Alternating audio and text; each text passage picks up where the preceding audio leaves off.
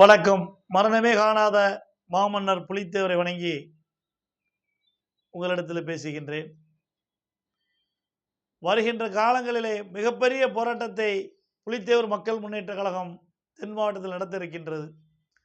அதை எதை நோக்கி என்று சொன்னால், மதுரை விமான நிலையத்திற்கு தெய்வீக திருமாடார் பசும்பொன் முத்துராமலிங்க தேவர் ஐயா அவருடைய திருநாமத்தை சூட்ட வேண்டும்.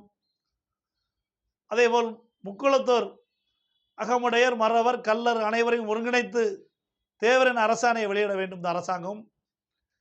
அது ஏற்கனவே இருக்கின்ற ஜிஓவை அதை ஃபாலோ செய்து அதை வெளியிடுவதற்கு தமிழக அரசு முன்வர வேண்டும். முக்குளத்தூர் மக்களை திராவிட முன்னேற்ற கழகம் தொடர்ந்து வஞ்சிப்பதாகவே நாங்கள் கருதுகின்ற சூழ்நிலைக்கு தள்ளப்பட்டிருக்கின்றோம். ஏனென்று சொன்னால், கடந்த காலங்களில் நடைபெற்ற சம்பவங்களை பார்க்கின்ற பொழுது மிகப்பெரிய மன உளைச்சலை முக்குளத்தூர் சமுதாயத்திற்கு திராவிட முன்னேற்ற கழக அரசு எங்களுக்கு தந்திருக்கின்றது.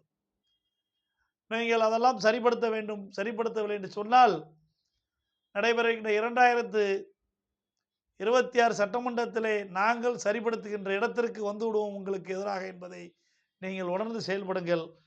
உங்களை எதிர்த்து நாங்கள் எங்கள் மக்களை திரட்டி மிகப்பெரிய ஓட்டு வங்கியை உங்களுக்கு எதிராக திருப்பக்கூடிய சூழ்நிலைக்கு எங்களை தள்ளிவிடாதீர்கள். எங்கள் மக்களின் கோரிக்கைகளை நீங்கள் செவிசாய்க்க வேண்டும். அனைத்து முக்குளத்தூரை தேவரன்மன் அரசாணை வெளியிட வேண்டும். முத்துராமலிங்க தேவருடைய பெயரை விமான நிலையத்துக்கு நீங்கள் சூட்டுவதற்கு நிச்சயமாக முன்வர வேண்டும்.